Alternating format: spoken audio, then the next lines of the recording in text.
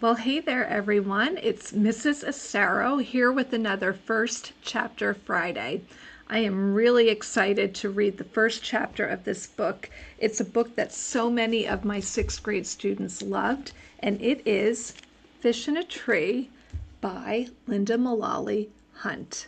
It's a very popular book. I'm sure many of you have heard about it, and I'm very excited to read the first chapter to you. But first, let me read a little bit about the story from the book jacket. Everybody is smart in different ways, but if you judge a fish by its ability to climb a tree, it will live its life believing it's stupid. Allie has been smart enough to fool a lot of smart people. Every time she lands in a new school, she is able to hide her inability to read by creating clever yet disruptive distractions. She's tired of being called slow and loser, but she's afraid to ask for help. After all, she thinks, how can you cure dumb? However, Allie's newest teacher sees the bright, creative kid beneath the troublemaker and helps to shine a light on her gifts.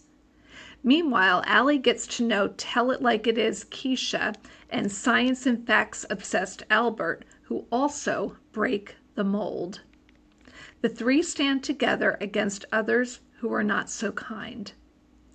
As the outsiders begin to fit in, surprising things begin to happen in Allie's classroom that show her there's a lot more to her and to everyone than a label, and that great minds don't always think alike.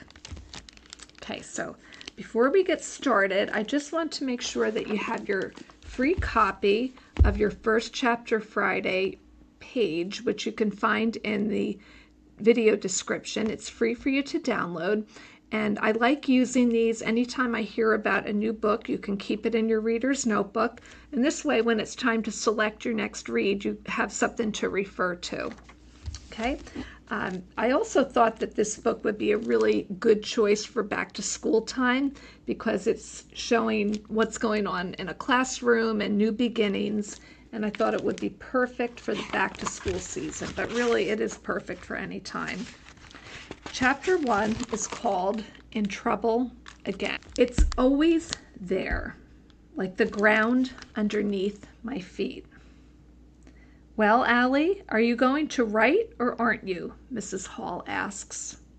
If my teacher were mean, it would be easier. Come on, she says, I know you can do it. What if I told you that I was going to climb a tree using only my teeth? Would you say I could do it then?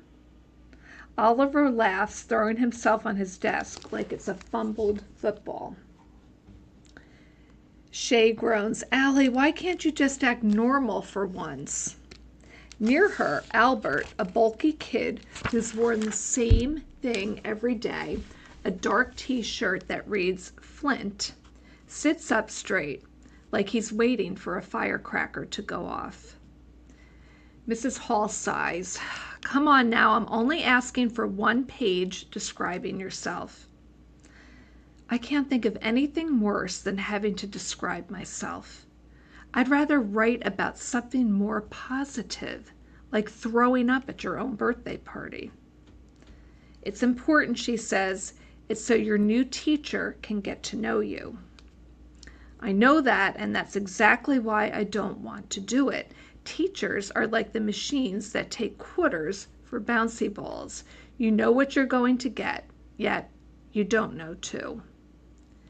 And, she says, all that doodling of yours, Allie, if you weren't drawing all the time, your work might get done. Please put it away. Embarrassed, I slide my drawings underneath my blank writing assignment. I've been drawing pictures of myself being shot out of a cannon. It would be easier than school, less painful. Come on, she said, moving my lined paper toward me. Just do your best. 7 schools in 7 years, and they're all the same. Whenever I do my best, they tell me I don't try hard enough. Too messy, careless spelling, annoyed that the same word is spelled different ways on the same page. And the headaches, I always get headaches from looking at the brightness of dark letters on white pages for too long. Mrs. Hall clears her throat.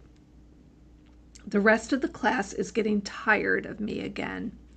Chairs slide, loud sighs. Maybe they think I can't hear their words.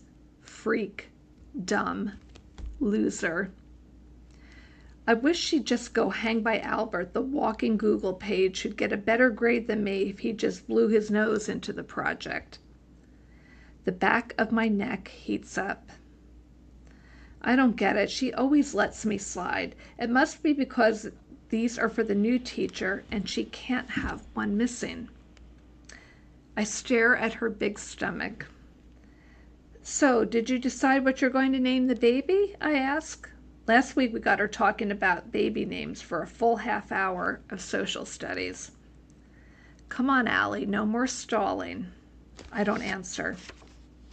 I mean it, she says, and I know she does.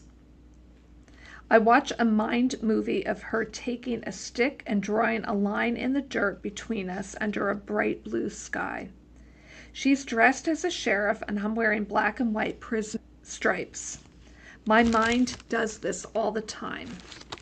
Shows me these movies that seem so real that they carry me away inside of them.